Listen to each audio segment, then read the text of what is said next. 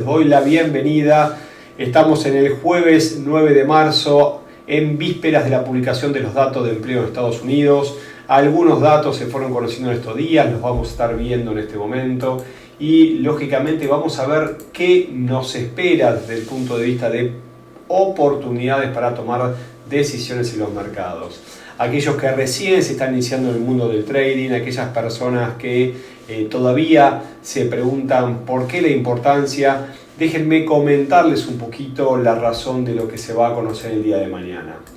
Cuando analizamos los mercados financieros, tratamos de buscar la mayor cantidad de información que nos ayude a tomar decisiones en escenarios bajo incertidumbre, carecemos de certeza y buscamos probabilidades asociadas para tratar de capturar algunos pips, algunos dólares, algunos puntos básicos del mercado. Aquellas personas que hace un tiempo importante estamos estudiando los mercados, hemos encontrado respuestas no solamente del análisis técnico, sino también desde el análisis fundamental. Y aquí me voy a detener en estos momentos.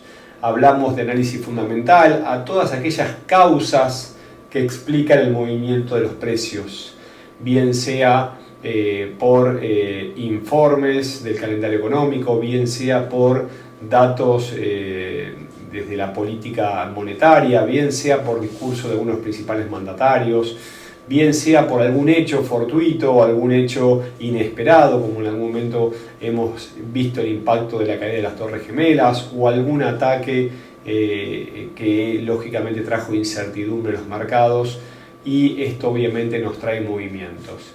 En este caso y en forma particular, cuando hablamos del análisis fundamental, sin lugar a duda tenemos que hacer foco en los Estados Unidos. Gran cantidad de activos cotizan en dólares y el dólar es la moneda de referencia para el mercado Forex y otra tanta cantidad de instrumentos financieros. Cuando hablamos de los datos de empleo, es uno de los datos de mayor impacto. ¿Por qué? Porque lógicamente es muy tenido en cuenta respecto a la actividad económica de los Estados Unidos y más aún en estos momentos donde la Reserva Federal está siguiendo de cerca a partir del impacto en el endurecimiento de la política monetaria, cómo es la reacción en el empleo, que luego del fuerte impacto que tuvo la tasa de desempleo y la destrucción de empleo en Estados Unidos post-COVID, obviamente el accionar de la Reserva Federal y el gobierno americano hizo que nuevamente vuelva a estar cercano a la tasa de pleno empleo. Estamos cerca de 3.4, 3.5, ¿sí? Niveles cercanos a los que se observaban pre-pandemia.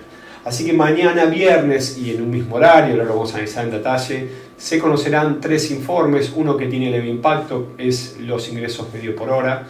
Luego conoceremos la tasa de desempleo, un dato un poco más estructurado, un poco más lento de impacto en el mercado.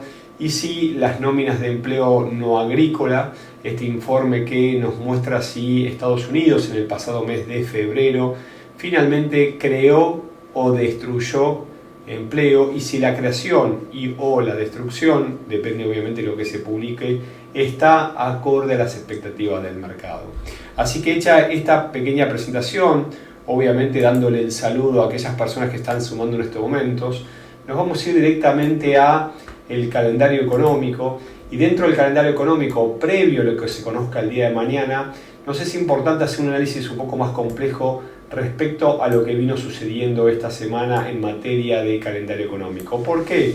Porque más allá que los datos oficiales del Departamento de Trabajo de Estados Unidos se conozcan el día de mañana, el día miércoles y hoy jueves se conocieron algunos datos que lógicamente muestran lo que puede llegar a suceder en el día de mañana. Por un lado, en el día de ayer miércoles se conoció de la ADP, Automatic Data Processing, el cambio en el empleo no agrícola. Es una medición desde el sector privado y que en principio se esperaba una creación de 119 a 197.000, pero fíjense que finalmente el dato publicado fue de 242.000, el doble respecto al dato previo. Claramente es un dato positivo, un dato que impacta en forma positiva en los mercados y que en principio, más allá que tenga una reacción inmediata directamente en el dólar, como también en los mercados americanos, en los índices y otros activos que tienen influencia en el dólar, nos ayuda a anticipar lo que puede llegar a suceder en el día de mañana. Dicho esto, y luego de haber analizado lo del día miércoles, hoy jueves, como es habitual, todos los jueves se conocen las peticiones de subsidio por desempleo. Aquellas personas que en la última semana se han quedado sin trabajo y se acercan a solicitar su subsidio por desempleo. En este caso, y luego de haber caído fuertemente los nuevos pedidos de desempleo, fíjense que hubo un incremento por encima de lo esperado. La semana pasada teníamos 190.000 pedidos, una cifra que nos tiene acostumbrado cuando la economía americana funciona y lógicamente estamos cerca del pleno empleo. Se esperaba una suba de 5.000, pero sin embargo subió 211.000. Si uno observa el gráfico, ¿sí? Y esto es en gráficos semanales, fíjense lo que yo les decía, los datos que tenía previo a la pandemia, el impacto de la pandemia, ¿sí? Cerca de 6 millones de personas se acercaron a pedir un subsidio por desempleo ni bien comenzó la pandemia, por la cantidad de estímulos que obviamente inyectó a empresas y a individuos el gobierno de Estados Unidos.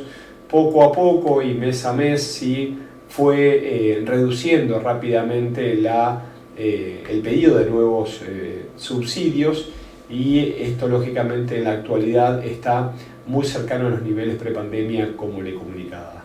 Esto más el dato del día previo, tenemos un día miércoles con datos muy positivos y tenemos un día jueves que mide semana a semana la actividad de un dato en principio considerado negativo.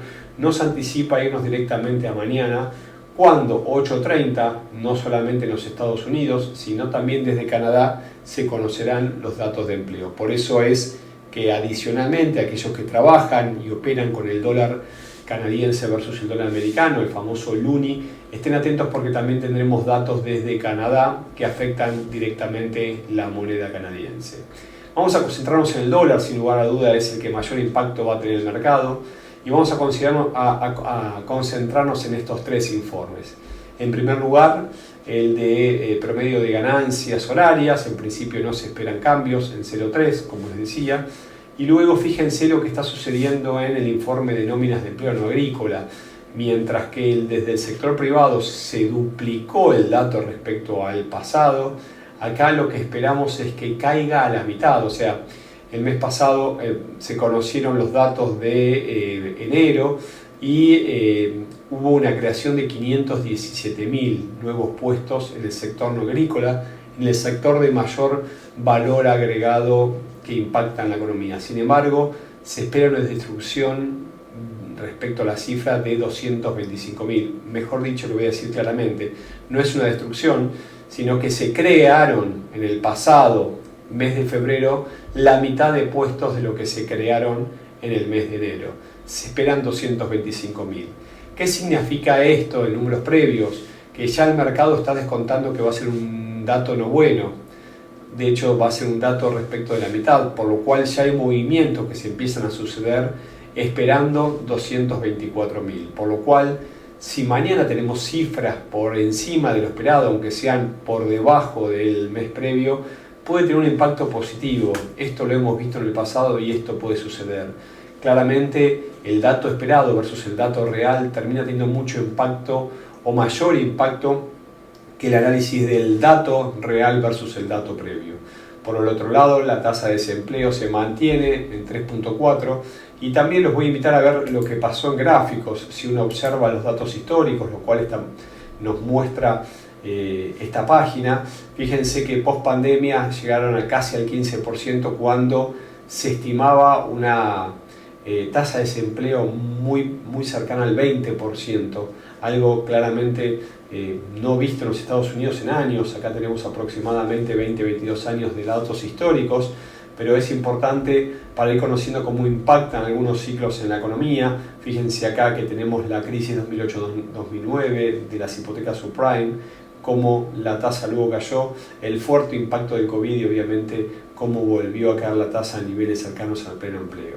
Pero estos son los datos que uno analiza para explicar posibles movimientos y trazar escenarios. Ahora bien, luego de este informe previo y un análisis de las noticias sobre lo que entendemos es posible que suceda directamente en los mercados a partir de mañana, y vamos a estar atentos al dato que finalmente se termine informando.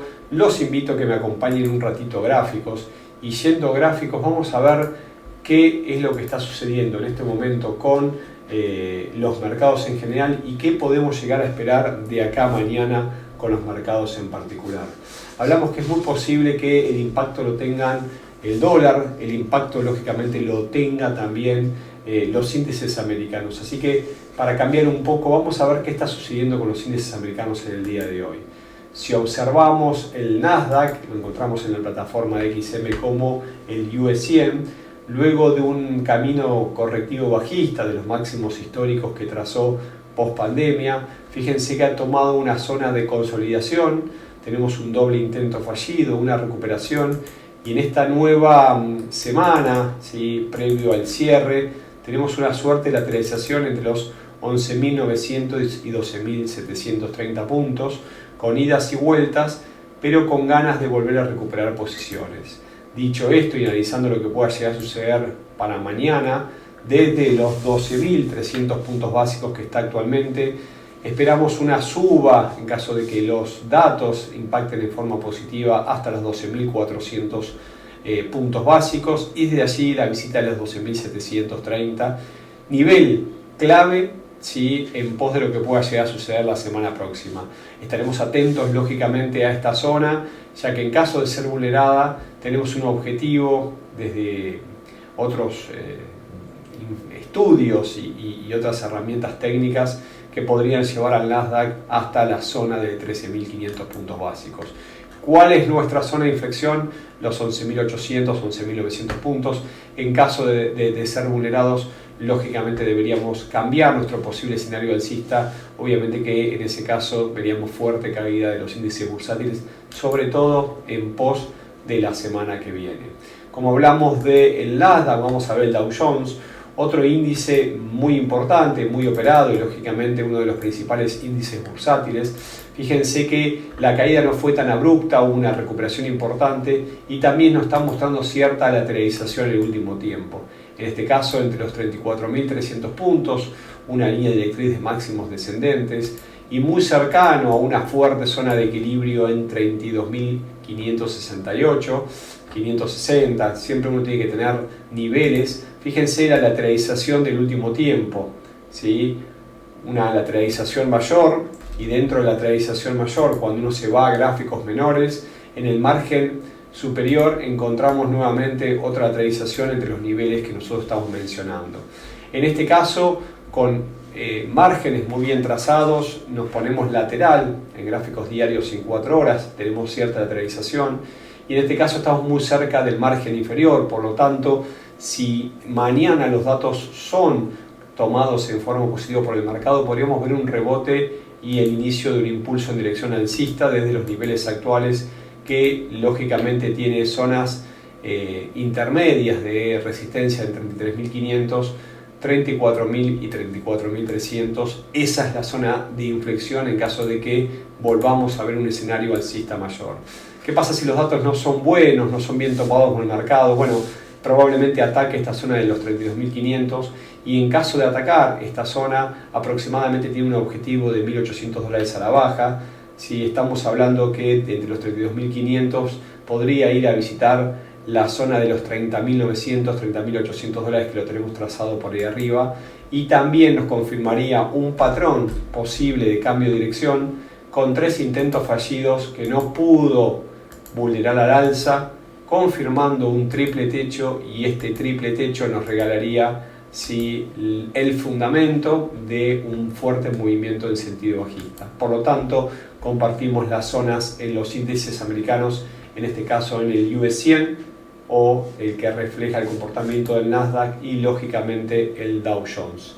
¿Qué está sucediendo en los mercados de commodities? Más claramente con el oro. Bueno, el oro cede posiciones. Si lo vemos en gráficos mensuales, hay un lindo canal bajista con máximos descendentes y nuevos mínimos que nos marca el comportamiento. Esto viene desde su máximo histórico de 2070 y claramente nos está dando información respecto de qué puede llegar a suceder a futuro. Este podría ser un patrón de continuación de tendencia, una suerte de bandera, teniendo un mástil desde el último fuerte impulso alcista desde los $1.100 y deberíamos observar, ya tenemos 4 zonas de resistencia respetadas previamente y otras 4 o 5 zonas de soporte. Por lo tanto, está muy marcado entre 1937 y unos $1.600 el comportamiento en gráficos mayores. Solemos recomendar el estudio a partir de las tendencias mayores, que son las que dominan, son las que predominan lógicamente y las que han estado más tiempo. Por lo tanto, nuestra zona clave está allá arriba en 1937 y mientras no quiebre la zona de 1600, 1590, el margen los márgenes están claramente bien definidos y el comportamiento es lateral. ¿Qué observamos en corto plazo? Bueno, en corto plazo estamos viendo una detención del movimiento bajista. Tenemos un doble impulso fallido de querer quebrar esta zona cercana a los $1.800. Si nosotros observamos el último impulso, estaría entre el 50% y el 23% de Fibonacci, dando vueltas muy cerquita del 38%, pero todavía en el oro tenemos zonas más cercanas donde lateraliza su comportamiento y vaya que también el mercado tiene memoria. Fíjense que ante una debilidad del dólar o bien sea una noticia que traiga incertidumbre al mercado, podríamos ver un impulso alcista y 1855 sería la zona a romper para prolongar el movimiento en dirección al alza. 1880, 1910 serán los niveles de resistencia previos. Estaremos atentos a 1800, 1810, es una zona muy fuerte que ha detenido en el pasado reciente el comportamiento del oro. Lo tenemos acá con 3 intentos fallidos y si vulnera la misma, lógicamente tendríamos que ir a 1770 y 1735 como siguientes niveles de soporte. Vamos a estar atentos porque lógicamente el oro reacciona ante los informes de Estados Unidos y también en el contexto individual. Hablamos un poco de índices, hablamos de commodities con el oro, vamos a hablar un poco de las criptos. ¿Por qué? Porque el Bitcoin ha detenido su caída, más allá que nos está quebrando una directriz bajista en gráficos horarios. Lo cierto es que esta zona entre los $24.000, $24.500 y $18.000 es un nivel que claramente está diciendo presente. Luego de la fuerte caída de máximos históricos se está encontrando una zona de tensión y lógicamente el no poder continuar a la baja nos puede regalar una recuperación de las criptos, en este caso del Bitcoin, y un movimiento muy posiblemente copiado por el resto, ya que es la líder actualmente en el mercado. Fíjense que en corto plazo, en plazos menores, ya nos regaló 5 intentos fallidos para continuar, nos regaló nuevos 3 intentos fallidos de continuar y retrocedió, y aquí también estamos en una zona clave. ¿Por qué? Porque podríamos entender que tenemos un primer intento aquí y tenemos un segundo intento aquí que nos muestra un doble techo en esta zona clave, y en caso de vulnerar esta zona de mínimos que está atacando en este momento nos podría regalar el inicio de un fuerte movimiento bajista. Por debajo de 21.300 se inicia el recorrido bajista tras un doble techo, y la zona de objetivo que nos podría dar el Bitcoin en el corto plazo son los $18.800. Días atrás nos preguntaban cómo veíamos las criptos. Claramente el Bitcoin lidera el movimiento y está lateral. Claramente, mientras que se mantenga entre los rangos de $25.000 y $15.000, son $10.000 laterales, ¿sí? Que se puede extender todavía muchas jornadas más. Sin embargo, ¿sí? Noticias que favorezcan lógicamente la aceptación de las criptos en los principales países, en las principales economías, pueden darnos argumentos de lo fundamental. Técnicamente, hasta que no supere la zona de los $25.000, por aquí está, lo seguimos viendo lateral, y en este momento con señales en corto plazo bajistas, superado 21.300, tenemos una nueva zona en 20.500 y por allá abajo 18.800 la zona de objetivo en este movimiento, hoy argumentado por un doble intento fallido. ¿Qué pasa con las monedas? Bueno, el eurodólar, algo similar nos muestra la libra también, y algo similar nos muestra el dólar yen. Luego de una fuerte caída del par como consecuencia de la fortaleza del dólar en este contexto donde claramente la Reserva Federal va a seguir subiendo los tipos de interés, lo dijo Powell, que ve mejores signos, sin embargo todavía no los que están esperando, por lo cual ese endurecimiento de política monetaria y suba de tipos de interés hace que el dólar sea más atractivo respecto a otras monedas como el euro, que recién Christine Lagarde estuvo brindando en su exposición que posiblemente tengan que ajustar y haya nuevas subas de los tipos de interés en la eurozona. En el corto plazo y en este escenario, fíjense que ese hombro-cabeza-hombro invertido me está regalando en este momento un doble intento fallido de continuación. Claro que el mercado tiene memoria y fíjense cómo en gráficos me regala un primer intento y me acaba de regalar otro segundo intento en la zona de 1.0515, por lo cual estamos en día, pero de confirmarte este primer intento y ahora un segundo intento, tenemos un posible doble suelo en formación que entre 1.015 y 1.080 serían unos 150 pips de objetivos, que me debería regalar un movimiento aproximadamente hasta 1.0830, donde nosotros tenemos fijado el objetivo similar a la altura de este doble suelo. Esto es un patrón en día, también se ve en 4 horas, que en caso de confirmarse me regalaría una cierta correlación con gráficos mayores. Doble suelo me argumenta el movimiento alcista y volviendo a semana se estaría formando ese segundo hombro del hombro cabeza hombro invertido que vemos en el euro dólar. Siendo con otros pares de moneda, vamos a ver lo que está pasando con el dólar yen, algo similar, pero fíjense cómo pierde la correlación. En este caso el dólar yen me regaló una cabeza y hombro invertidos. Los primeros hombros fueron luego superados por intentos mayores y luego aparecen intentos menores. Y esto tan amplio y tan grande, si lo podemos ver con una figura mayor, donde tendríamos aquí, lo vamos a usar con otra forma, aquí tendríamos un primer hombro, y estamos hablando casi en gráficos semanales, una cabeza por aquí, y me estaría conformando una suerte de segundo hombro, por lo cual atentos porque tenemos argumentos de un fuerte movimiento en dirección alcista. O sea, si buscamos argumentos de lo fundamental, los encontramos. Estados Unidos con política claramente endurecida, suba de tipos de interés. Japón, que estamos a la expectativa en las próximas horas de lo que diga el Banco de Japón y su gobernador, tiene políticas de intereses cercanos a cero, de tipos de interés negativos, por lo cual esto muestra una fortaleza clara del dólar respecto al yen. Sin embargo, en este ida y vuelta tenemos las zonas claras que en principio está respetando antes de continuar con un movimiento direccional mayor. Dicho esto, vamos a ir a gráficos menores porque aquí tenemos, previo a los datos de empleo de Estados Unidos, como les decía, el comunicado del Banco de Japón sin hora prevista, pero que nos ha sorprendido más de una vez. El movimiento en dirección alcista se encuentra vigente, los mínimos ascendentes también, y en este momento, luego de haber tocado esta línea directriz en gráficos de 4 horas, es posible que veamos un rebote. 137 es el nivel a tener en cuenta, pero si vulnera 135.50 puede que nos cambie el escenario, y si interviene o impacta el dato del Banco de Japón puede cambiar el escenario y podríamos ver un yen lógicamente fortalecido, y en este caso se vulneraría esta figura que posiblemente se dé, como también lógicamente no se dé.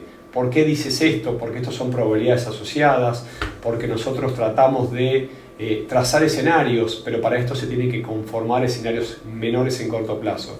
En caso de no darse, podemos ver claramente un movimiento en sentido bajista y obviamente dejaría sin efecto este patrón de continuación de tendencia que estamos observando. Vamos por último a sumar una de las monedas muy tradeadas, sobre todo porque mañana tendremos datos desde Canadá también en el mismo horario. Nos referimos al dólar americano versus el dólar canadiense.